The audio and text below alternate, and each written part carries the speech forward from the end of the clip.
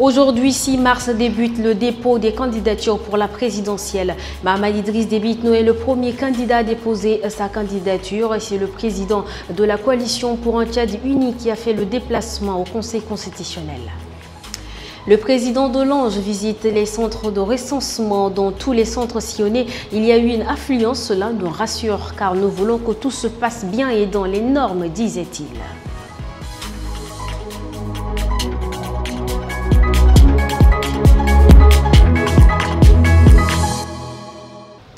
Ravi de vous retrouver sur Tchad Info TV, le journal. La candidature à l'élection présidentielle de Mahamat Idriss Déby a été déposée ce matin par le président de la coalition pour un Tchad uni, Mahamat Zenbada. Le secrétaire général du MPS à la tête d'une délégation s'est rendu ce matin dans les locaux du Conseil constitutionnel. À cet effet, les détails avec Yacinthe Adomadi. C'est fait, Mahamat Zenbada vient de déposer la candidature de Mahamat Idriss Déby Itno à l'élection présidentielle du 6 mai prochain. C'est dans les locaux du Conseil constitutionnel que le secrétaire général du MPS, Mouvement patriotique du salut, par ailleurs président de la coalition pour un Tchad uni à la tête d'une délégation, est venu matérialiser officiellement la participation du candidat Mahamat Idriss Déby Itno à l'élection présidentielle prochaine. Mahamat Idriss Déby Itno, après avoir été désigné comme candidat du MPS, est investi le 2 mars comme candidat de la coalition pour un Tchad uni, coalition qui regroupe en son sein plus de 211 partis politiques. Donc maintenant que la candidature est posée, il serait maintenant de la responsabilité du Conseil constitutionnel de se prononcer. Donc si sa candidature est validée, Mahamat Idriss Déby Itno va donc participer à la compétition aux côtés d'autres candidats. Mahamat Idriss Déby Itno est devenu président du Tchad après la mort de son défunt père, le maréchal Idriss Déby Itno. Normalement, selon l'Union africaine, il ne devrait pas participer aux élections présidentielles, mais la nouvelle constitution de la République du Tchad, qui a été votée à plus de 86% en décembre 2023, lui donne donc la possibilité d'être candidat à cette élection présidentielle dont les premiers tours se tiendra le 6 mai prochain. Le président de l'Agence nationale de gestion des élections, Ahmed Bartiré, a visité les centres de recensement ce mercredi 6 mars. L'objectif est de s'imprégner de l'effectivité des affichages des listes électorales dans les arrondissements. Après constat, Ahmed Bartiré souligne que tout se passe bien. Un extrait.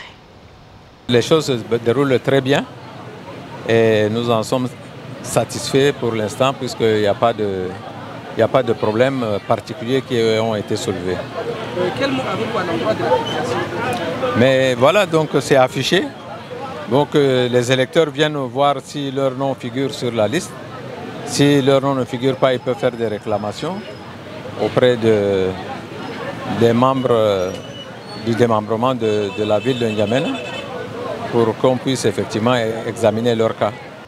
Le secrétaire général, premier adjoint chargé de l'administration du mouvement patriotique du salut MPS, Kalzebu Paimi Debe, a installé ce 5 mars les nouveaux membres du conseil pour la ville de N'Djamena du parti. La cérémonie s'est déroulée dans un hôtel de la capitale, chose vue et entendue par Bekoutou Junior. Le nouveau bureau installé est composé de 17 membres et dirigé par Dr Bourkou Dédé El Hadji. Désormais, ils ont une lourde responsabilité et le secrétaire général premier adjoint chargé de l'administration du mouvement patriotique du Sali, Kalzebe Paimi Debe, n'a pas manqué de les rappeler. Vous arrivez à un moment spécial, un moment crucial. Vous avez besoin d'être animé d'une bonne dose de volonté, d'être collégial, d'une bonne entente, de la solidarité et d'unité, car ensemble, vous êtes forts. Rien, absolument rien n'a gagné dans la division. La restructuration du bureau communal est faite juste après l'investiture du président de transition comme candidat du MPS afin d'offrir une victoire éclatante à la coalition Tchad Uni au premier tour, voudrait souligner Mariam Djimé Ibet, chef de mission de restructuration du conseil communal de la ville de N'Djamena. Junior, la coalition des actions citoyennes Wakitama demande que lumière soit faite sur la mort de Yaya Dillo. Wakitama exige l'ouverture d'une enquête internationale et l'organisation d'un dialogue pour une véritable paix des braves. La suite dans l'actualité en bref. Suite à la mort de l'opposant Yaya Dillo, la coordination des actions citoyennes Wakitama exige l'ouverture d'une enquête internationale et l'organisation d'un dialogue pour une véritable paix des braves.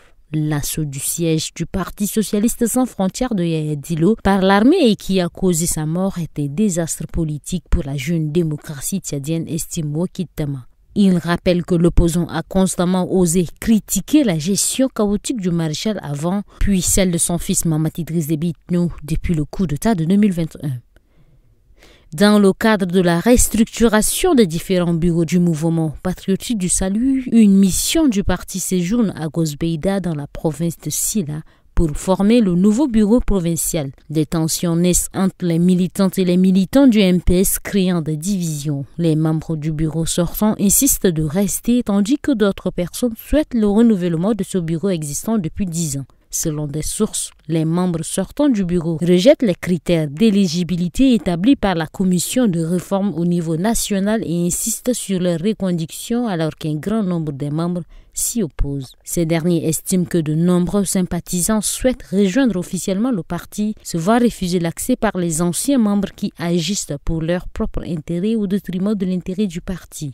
Le ministre des Affaires étrangères Mahamat Saleh Nadif est arrivé ce mardi 6 mars à Malabo, en Guinée équatoriale. Le chef de la diplomatie tchadienne prendra part aux travaux du Conseil ordinaire des ministres et ceux de la 24e session ordinaire de la Conférence des chefs d'État et du gouvernement de la Communauté économique des États de l'Afrique centrale qui se tiendra les 7 et 9 mars 2024 dans la capitale équato-guinéenne. Des questions liées à la vie de l'organisation et aux situations des États membres seront examinées et débattues. Poursuivons, le ministère de la Santé publique et le Fonds des Nations Unies pour la population ont procédé ce matin à l'inauguration de la salle de maternité et le service d'unité de biologie moléculaire du complexe hospitalo-universitaire de la mère et de l'enfant rénové. Et c'est sur financement du fonds français Muskoka Genaoudom Cynthia. Ces salles répondent désormais aux normes. Elles sont entièrement réfectionnées et équipée par le Fonds français Muskoka à travers le Fonds des Nations Unies pour la population. Yewande Odia est la représentante de l'UNFPA. On a aussi donné et livré des équipements médicaux. Et ces équipements mis à la disposition de la maternité sont 9 tables d'accouchement, un appareil échographe, 15 lits d'hospitalisation, 2 tables de réanimation néonatale, 2 moniteurs multiparamétriques, 3 extracteurs d'oxygène.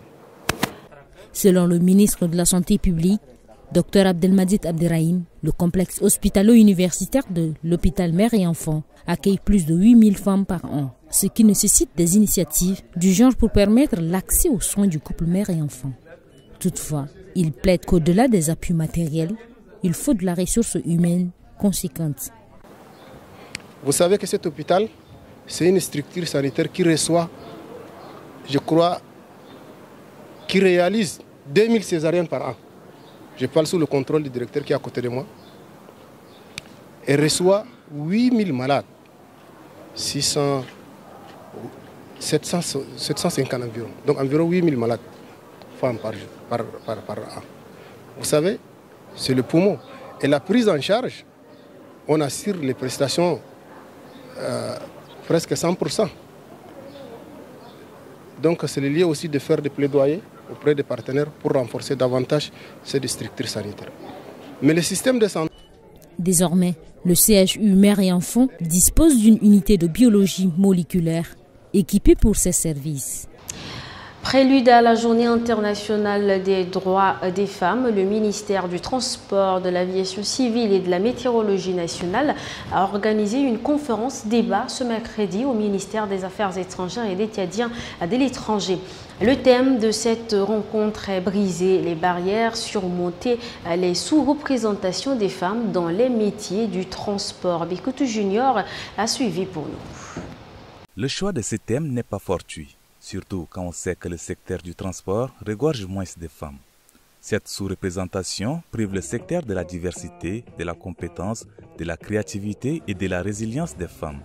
Et ce n'est pas la ministre du Transport, de l'Aviation civile et de la Météorologie nationale, Fatimé Goukouni Wedei, qui dira le contraire. En tant que ministre en charge de ce secteur, je suis absolument consciente, encore une fois, de la sous-représentation des femmes dans ce secteur. Et au quotidien, à travers mes différentes collaboratrices qui m'accompagnent, on se bat au quotidien à réfléchir, à les impliquer davantage, à les responsabiliser pour qu'elles puissent, elles également, apporter leur plein potentiel. En célébrant donc aujourd'hui ces femmes courageuses et inspirantes des métiers du transport qui ont finalement ouvert donc la voie, cette cérémonie vise justement à encourager les femmes à embrasser ces métiers. Cette conférence débat co-animée par Madjirangue Naindo Tatiana, conductrice de taxi, Solkeum Nadjira, monitrice d'auto-école, et Nadej Paidou Agenanda, technicienne et maintenancière d'avion, toutes considérées comme symbole du courage, de la détermination et du professionnalisme, a été l'occasion d'inciter les jeunes filles à avoir l'audace d'embrasser les métiers qui sont jusque-là réservés aux hommes, entre guillemets. Un moment de partage d'expérience qui permet aux filles et femmes de puiser dans l'adversité, dans les préjugés susceptibles de les enchaîner, l'énergie nécessaire pour s'imposer non pas contre les hommes, mais à côté des hommes. Le secrétaire d'État à l'Éducation nationale et à la promotion civique, Mahamat Ibed Bikla, a présidé la cérémonie marquant le début de la première phase de la formation des maîtres communautaires, enseignants et directeurs d'école au Tchad. C'est un projet de l'initiative Francophonie pour la formation à distance des maîtres communautaires IFADEM. Cette formation voudrait répondre à un seul problème: la faible qualification du système éducatif qui provient surtout de la sous-qualification des enseignants. Mouna Laroussi, directrice de l'Institut de la francophonie pour l'éducation et la formation. Les défis sont colossaux, les enjeux multiformes et les investissements dans l'éducation nécessitent des ajustements face aux contraintes rencontrées par le Tchad. C'est donc pour répondre à ces défis que le programme IFADEM, fruit d'une collaboration entre l'Agence universitaire de la francophonie et l'Organisation internationale de la francophonie, sous l'égide de l'Institut de la francophonie pour l'éducation et la formation, représente notre contribution aux efforts mondiaux visant à améliorer la qualité de l'éducation à travers la formation du personnel enseignant et de supervision. En présidant cette cérémonie, le secrétaire d'État à l'Éducation nationale et à la promotion civique, Mahamat Ibed Bikla, a souligné l'importance de l'éducation pour le développement et la prospérité d'un pays comme le Tchad. Ce projet répond parfaitement à l'ambition du gouvernement de la Ve République qui, dès sa mise en œuvre, dès sa mise en place pour œuvrer à l'amélioration de la qualité des enseignements et apprentissages qui constituent le vecteur principal du développement. Il est en adéquation avec les orientations et les besoins exprimés par notre gouvernement. La formation continue est l'un des leviers importants pour lequel le gouvernement tchadien a décidé d'agir dans le cadre du plan intérimaire de l'éducation au Tchad actualisé PIET 2021-2024 pour améliorer significativement la qualité de l'éducation.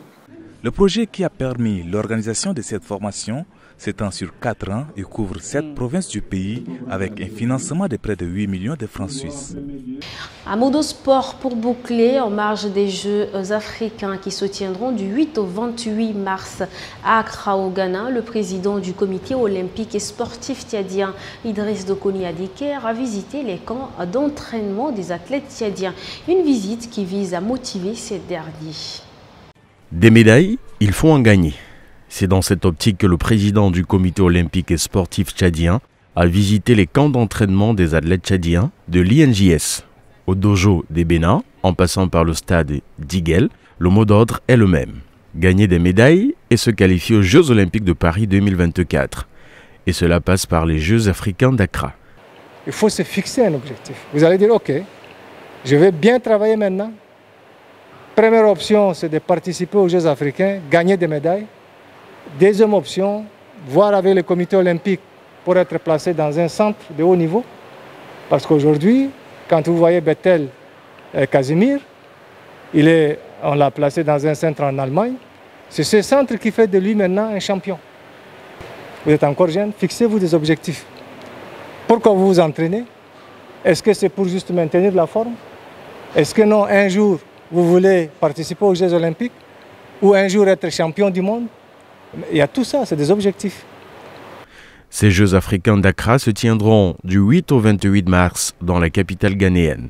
Le Tchad est engagé avec plusieurs athlètes, notamment des judokas. Et c'est la fin de cette édition. Merci de l'avoir suivi.